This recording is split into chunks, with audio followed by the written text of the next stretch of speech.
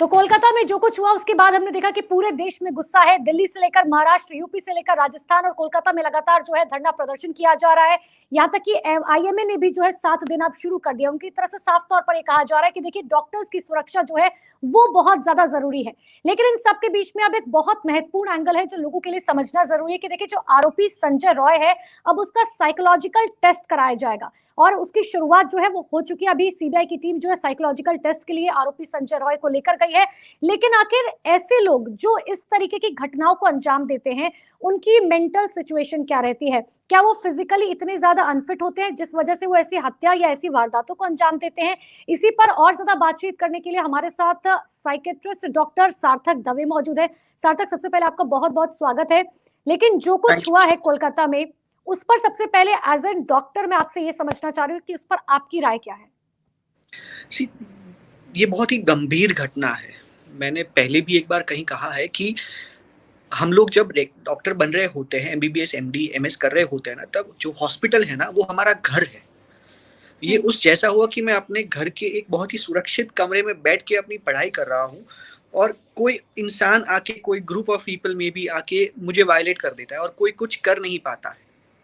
ऐसी जगह, ऐसी दीवारें जहाँ पे मुझे सबसे ज़्यादा सेफ्टी महसूस होती है, जहाँ पे मैं अकेला हूँ, जहाँ पे मैं मेहनत कर रहा हूँ, पढ़ रहा हूँ, और वहाँ पे आके मेरा वायलेशन होता है, वहाँ पे आके मेरा खून हो जाता है। कोई और इंटेंशन नहीं है, कोई चोरी करने नहीं आया था, कोई और कुछ करने नहीं आया था, सिर्फ और सिर्फ मुझे वायलेट करने आया था और मेरा खून करने आया था।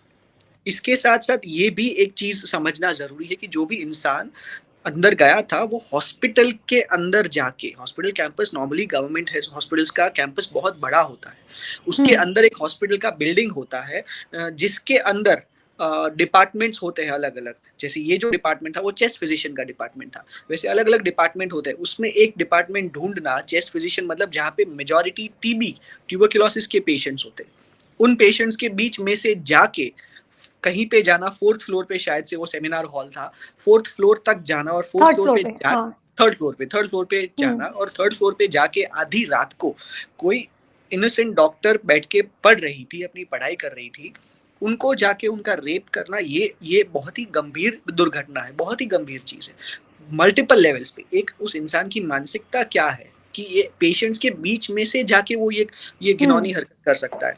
सेकंड, सिक्योरिटी क्या, मतलब हॉस्पिटल कैंपस के अंदर जाके, हॉस्पिटल बिल्डिंग के अंदर जाके कोई भी क्रिमिनल कुछ भी काम कर सकता है, बॉम्ब भी प्लान कर सकता है, किसी को गोलियों मल्टीपल शूटिंग भी कर सकता है, मल्टीपल चीजें करिए। तो कुछ सिक्योरिटी। डॉक्टर सार्थक, ये तो वो बातें रही जो पूरा देश कर रहा है, लेकिन आज हम आपसे क्योंकि ये समझना चाह रहे हैं कि एज अ साइकेट्रिस्ट, क्योंकि आप लोगों के पास ही जाते हैं, चाहे सीबीआई हो चाहे पुलिस हो, आप लोगों के पास ही जाते हैं जब कुछ ऐसे मामले सामने आते हैं, ये समझने के लिए कि आखिर एक आरोपी का दिमाग क्या है। मैं आपका अगला सवाल पूछूं इससे पहले देखिए, जो रेप हुआ उसकी पोस्टमार्टम रिपोर्ट सामने जिसमें 5 पॉइंट है, मैं आपके सामने एक बार रख देती हूँ, फिर आप मुझे बताइएगा कि उस आरोपी की जो है मेंटल सिचुएशन उस टाइम पे क्या रही होगी। पहली बात यह कि एबनॉर्मल सेक्सुअलिटी और जेनाइटल टॉर्चर के कारण ट्रेनी डॉक्टर के प्राइवेट पार्ट पर बहुत ज्यादा गहरे जख्म थे। चिल्लाने से रोकने के लिए उसके नाक, मुंह और गले को लगातार दबाया गया और गला घोटने से थायराइड कार्टिलेज जो है उसका वो टूट गया। तीसरा, सिर को दीवार से सटा दिया गया जिससे वो चिल्ला ना सके। उसके होठ पर, पेट, उंगलियों और बाएं पैर पर चोट के निशान मिले। चौथा, इतनी जोर से हमला किया गया कि चश्मे के जो उसके शीशे थे वो उसकी आंखों में चुभ गए। दोनों आंख, मुंह और प्राइवेट पार्ट से उसके खून बह रहा था। और पांचवा ये कि चेहरे पर आरोपी के नाखूनों से जो बने खरोंच के निशान थे, जिससे पता चलता है कि पीड़िता ने खुद को बचाने की बहुत कोशिश की लेकिन वो अपने आप को नहीं बचा पाई। अब ये 5 पॉइंट से आपको क्या समझ आता है कि एक शख्स की मेंटल सिचुएशन क्या रही होगी उस वक्त, चाहे वो कितना भी नशे में हो? कितना भी नशे में हो, पर जब सामने वाला इंसान कोई रेजिस्ट कर रहा है और रेजिस्टेंस पे अगर उसकी तड़प देखने पे अगर उनका हमारी लैंग्वेज में सेक्सुअल ग्रेटिफिकेशन या सेक्सुअल अराउजल बढ़ रहा है, तो ये एक पर्टिकुलर टाइप का एक फिनोमिनन है जिसको कहते हैं सेडिज्म। सेडिज्म मतलब कि मेरा सेक्सुअल अराउजल सामने वाली की तकलीफ देख के, तड़प, वो जो तड़पता है, वो जो रेजिस्ट करता है, वो जो तकलीफ में होता है, वो जो दर्द महसूस करता है, वो देख के बढ़ता जाता है। यानी कि मजा आता है। इन शॉर्ट आप कह रहे हैं कि कोई ऐसा कर रहा है तो मजा आ रहा है उसे। जी, मजा आ रहा है और सेक्सुअली वो अराउज हो रहा है। सेक्सुअली अराउज होना एक अलग ही चीज है। नॉर्मल सेक्सुअल इंटरकोर्स में अलग अलग नॉर्मल टेक्निक्स होती है अराउजल की। ये एक पैथोलॉजिकल या ये एक ऐसी अजीब चीज है, एक एक नेगेटिव टाइप का सेक्सुअल अराउजल टेक्निक है जो बहुत रेयर है, पर जिससे सामने वाले को बहुत ज्यादा तकलीफ देकर इंसान खुद सेक्सुअली अराउज होता है। देकर मार कर, पट्टे से मार, अलग अलग होते हैं, अलग अलग एग्जाम्पल्स है। लोग पहले अपने पार्टनर को पट्टे से मारते हैं, लोग पहले अपने पार्टनर को बांध के पीटते हैं, उसके बाद उनके साथ सेक्सुअली इन्वॉल्व होते हैं। अलग अलग ये बंद कमरे की बात है, हस्बैंड वाइफ की बात है, या गर्लफ्रेंड बॉयफ्रेंड की बात है। पर ये जो है, ये वाला, ये घिनौना इस तरीके से है कि एक डॉक्टर पढ़ रही थी और उनके साथ ऐसा हुआ। तो जिस लेवल के निशान मिले हैं एंड कंटिन्यूअस हाथापाई हुई होगी, वो लड़की ने, वो डॉक्टर ने रेजिस्ट किया, बहुत रेजिस्ट किया, फिर भी इन्होंने ये अपनी एक्टिविटी बढ़ाते गए, करते गए। तो शायद ये सैडिस्टिक इंसान हो सकता है जो सामने वाले की तकलीफ देखकर और ज्यादा मजा आए उनको, और ज्यादा सेक्सुअली अराउज हो। डॉक्टर सार्थक, क्योंकि हमारे देश का कानून ये कहता है कि अगर कोई भी मेंटली या फिजिकल फिट नहीं है तो उसे फांसी की सजा तो नहीं दी जा सकती है, लेकिन अभी सीबीआई जो है वो साइकोलॉजिकल टेस्ट कराने गई है।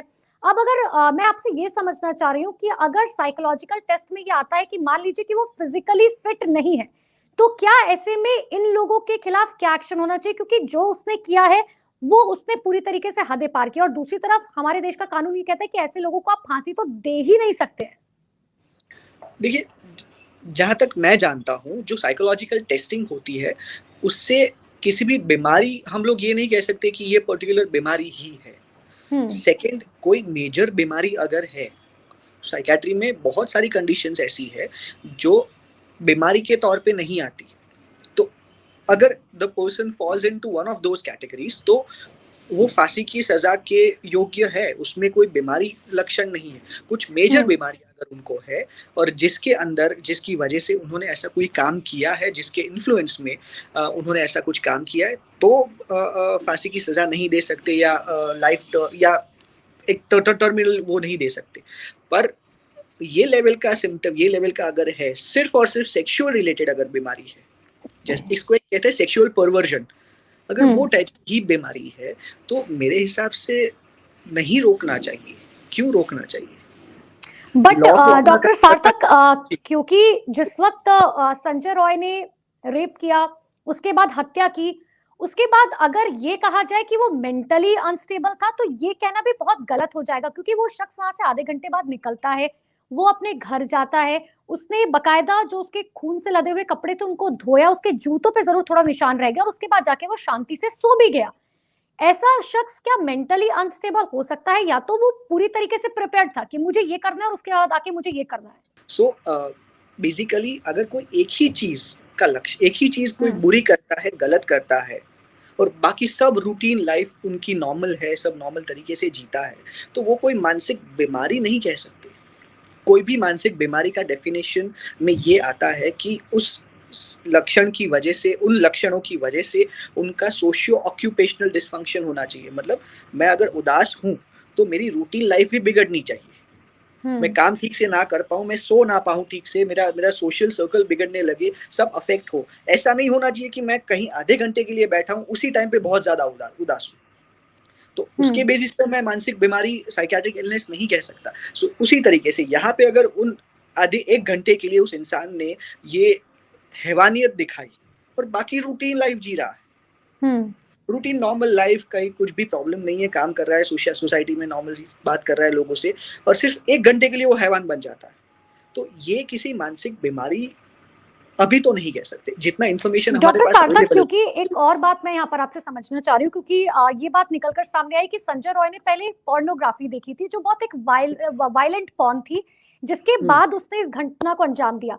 तो क्या साइकेट्रिस्ट के अगर नजरिए से देखा जाए तो क्या ये मुमकिन है पूरी तरीके से कि वो पॉर्न देखने के बाद जो है वो अपने आप को रोक नहीं पाया, या वो इतना ज्यादा अंदर से वायलेंट हो गया कि उसे समझ ही नहीं आया कि वो उस वक्त क्या करे? हालांकि बाद में उसने कहा कि मुझे कोई भी जो है फर्क नहीं पड़ रहा है, मैंने जो किया ठीक किया। ऐसा नहीं कह सकते हम कि मुझे समझ में नहीं आया मैं क्या कर रहा था। मेरे एक्शंस मेरे मेरे मेरे एक्शंस, मेरी बातचीत मेरी जिम्मेदारी है। मेरी जिम्मेदारी है कि मैं समाज में किसके साथ किस तरीके से बात कर रहा हूँ, बर्ताव कर रहा हूँ। मैं अपने एक्शंस को ऐसे ही डिसरिगार्ड नहीं कर सकता, नहीं चलेगा। मुझे नहीं पता था मैं क्या कर रहा था, मैंने जाके खून कर दिया, मुझे नहीं पता था मैं क्या कर रहा था। एक नंबर 2, ये जो वायलेंट पॉर्न देखना है, ये जैसे मैंने कहा सेक्सुअल परवर्जन है। एक वायलेंट तरीके से सेक्सुअली इन्वॉल्व होना, इंडल्ज होना एक सेक्सुअल परवर्जन है, और जिसका नाम है सेडिज्म। तो अगर सेडिस्टिक है वो, सेडिज्म है उनको, तो ये कोई बीमारी नहीं है, पर ये एक सेक्सुअल परवर्जन है। परवर्ट हम लोग ने सुना है ये वर्ड, ये परवर्ट, ये उस तरीके का परवर्जन है जिसके लिए कानूनी सजा है। शायद मैं लॉ नहीं जानता, पर आई एम श्योर उसके लिए कानूनी सजा है। नॉर्मल सेक्सुअल इंटरकोर्स में, नॉर्मल सेक्सुअल टेक्निक्स में इन्वॉल्व नहीं होना और परवर्ट होना, ये गलत है। और अगर आप हो भी तो ये आपकी जिम्मेदारी है कि आपके उस बिहेवियर की वजह से किसी को नुकसान ना हो। ये आप नहीं कह सकते कि नहीं मुझे ऐसी बीमारी है इसीलिए, या मैं ऐसे इस तरीके से सोचता हूँ इसलिए मैंने कर दिया। नहीं, मेरी जिम्मेदारी है, उस जिम्मेदारी को मुझे निभाना है समाज की तरफ, और अगर मैं नहीं निभा पा रहा हूँ तो मुझे सजा मिलनी चाहिए। क्योंकि डॉक्टर सार्थक, अभी हम संजय रॉय की बात करें, लेकिन पिछले कुछ मामलों को अगर हम देखें, पिछले कुछ दिनों में ऐसे बहुत सारे घटनाक्रम हुए हैं जिसमें भीड़ जिम्मेदार होती है। चाहे आप मणिपुर की बात कर ले, चाहे आप कई ऐसे लखनऊ की बात कर ले, कई ऐसी घटनाएं जो है निकलकर सामने। आपने लखनऊ में देखा होगा कि लोग जा रहे थे, उनके ऊपर पानी जो है किस तरीके से लोग फेंकते हुए नजर आए। पहले हम किसी भी घटना के लिए एक शख्स को जिम्मेदार ठहराते थे, लेकिन अब हम देख रहे हैं कि पूरा समाज कहीं ना कहीं उसी तरफ जा रहा है। तो मैं अगर सोसाइटी के मेंटल स्टेटस की बात करूं आज की, तो क्या बनती जा रही है कि दूसरे लोगों को परेशान करना, या क्या ये मेंटल स्टेटस क्या है? एक तो जो ग्रुप में होता है ना, उसमें हर इंसान को ऐसा लगता है कि वो इनविंसिबल है। वो उसको कोई कुछ उस वक्त उसको ऐसा लग जाता है, जिसको कहते हैं मॉब मेंटालिटी। जब मॉब होता है, जब एक भीड़ होती है, तो उनको ऐसा लगता है कि उनको कोई पराजित नहीं कर सकता, वो कुछ भी कर सकते हैं, वो सही गलत का भेद भूल जाते हैं। और जिसके चक्कर में उस टाइम पे उस वक्त कुछ भी कर लेते हैं। पर अब कानून इतना आगे बढ़ चुका है, इतना स्ट्रांग हो चुका है, अब सीसीटीवीज एंड ऑल दैट है, इसीलिए वो भीड़ को भी पहचान पाते हैं हम, एंड भीड़ में से भी हम एक एक इंसान को पकड़ के जेल हवाले लीगल उसमें डाल सकते हैं। मॉब मेंटालिटी एक ऐसी चीज है जिसकी वजह से बहुत ही जघन्य अपराध पास्ट में पूरी दुनिया में हो चुके हैं, बहुत ही घिनौने अपराध। सेकेंड, एज अ सोसाइटी हमारा ग्रेटिफिकेशन, हमें जो किक चाहिए वो बढ़ने लगी है। बहुत सारा रिस्पॉन्सिबिलिटी मैं सोशल मीडिया को भी दूंगा कि मुझे 15 मिनट में, 10 मिनट में, 5 मिनट में कोई वीडियो देखकर जो मजा आ जाता है वो नॉर्मली नहीं आता है। तो वो जो मजा है वैसा ही मैं रेप्लिकेट करने की कोशिश करता हूँ, या उससे ज्यादा मजा लेने की कोशिश करता हूँ। तो मेरा गलत चीजें करने का रिस्क या इम्पल्स या जो आवेग है वो बढ़ते जाता है, जिसकी वजह से मैं कुछ ना कुछ गैर कानूनी चीज करने की मेरी टेंडेंसी है वो बढ़ती जाती है। ऊपर से इतने लाखों करोड़ों वीडियोस ऐसे हैं जो बैकग्राउंड म्यूजिक के साथ दिखाए जाते हैं सोशल मीडिया पे, जिसकी वजह से भी लोग इन्फ्लुएंस होते हैं। सोशल मीडिया पे हम जो वीडियोस देखते हैं, जो वायलेंट वीडियोस होते हैं, जो बैकग्राउंड म्यूजिक के साथ दिखाते हैं, उसको भी दिमाग बहुत सही और बहुत कूल मानने लगता है, जिसकी वजह से कहीं ना कहीं सोशल मीडिया जो है वो इसकी बहुत बड़ी वजह है। एक आखिरी सवाल मेरा आपसे सार्थक यहाँ पर ये है, क्योंकि हम साइकोलॉजी टेस्ट की बात करें, आप जरा लोगों को ये समझा पाएंगे आसान शब्दों में कि साइकोलॉजी टेस्ट में जो है सीबीआई या डॉक्टर्स या पुलिस जो है वो एग्जैक्टली साइकोलॉजी टेस्ट है क्या? क्या उसमें आरोपी से पढ़वाया जाएगा, लिखवाया जाएगा, मतलब क्या एग्जैक्टली क्या कराया जाता है? बहुत प्रकार के साइकोलॉजिकल टेस्ट होते हैं, पर कुछ प्रकार के ऐसे होते हैं जो एम्बिगुअस या मल्टीपल मीनिंग वाले पिक्चर्स दिखाते हैं, जिसके बेसिस पे वो उस पिक्चर को, उस चित्र को क्या इंटरप्रीट करते हैं, उस हिसाब से उनकी दिमाग का सोचने का तरीका क्या है वो पता चलता है। कुछ सवाल जवाब होते हैं, कुछ जो सवाल जवाब से वो जो टिक मार्क करते हैं या जवाब देते हैं, उसके बेसिस पे पता चलता है कि उनकी पर्सनालिटी कैसी है, कितनी वायलेंट है, कितनी सेक्सुअली एग्रेसिव है, वगैरह वगैरह। कुछ टेस्ट ऐसे होते हैं जिनमें उनको सिचुएशंस दी जाती है। कुछ सिचुएशंस में हाइपोथेटिकल होती है, रियलिस्टिक होती है। सिचुएशंस में वो किस तरीके से जवाब देते हैं, रिएक्ट करते हैं, या क्या सॉल्यूशन देते हैं, उस हिसाब से उनका सोचने का तरीका कैसा है ये पता चलता है। कुछ साइकोलॉजिकल टेस्ट हम यूज करते हैं जब हमें डायग्नोसिस निदान क्लियर नहीं होता है कि ये डिप्रेशन है या स्किज़ोफ्रेनिया है या कौन सी टाइप साइड जा रहा है, तो वो टेस्ट करने से थोड़ा सा हमें दिशा मिलती है कि हाँ थोड़ा सा ये ओसीडी साइड जा रहा है थोड़ा सा, या फिर थोड़ा स्किज़ोफ्रेनिया साइड जा रहा है। तो ये कंफर्म नहीं कर सकते हम साइकोलॉजिकल टेस्ट से कि ये ही बीमारी है, पर थोड़ा बहुत उस इंसान की पर्सनालिटी के बारे में, सोचने के तरीके के बारे में पता चलता है। और शायद देखिए यही वजह है कि इसीलिए हमने आपसे समझा है कि ये साइकोलॉजी टेस्ट क्या होता है और क्या पूरी तरीके से ये शख्स जो है वो अनफिट था, क्योंकि जिस वक्त उसने इस घटना को अंजाम दिया तब तो वो नशे में था, लेकिन आज जब उसका साइकोलॉजी टेस्ट हो रहा है तब तो वो नशे में नहीं है। लेकिन फिलहाल के लिए बहुत बहुत शुक्रिया डॉक्टर सार्थक आपका हमारे साथ जुड़ने के लिए और इन तमाम पहलुओं पर बात करने के लिए। Thank you so much. Thank you so much.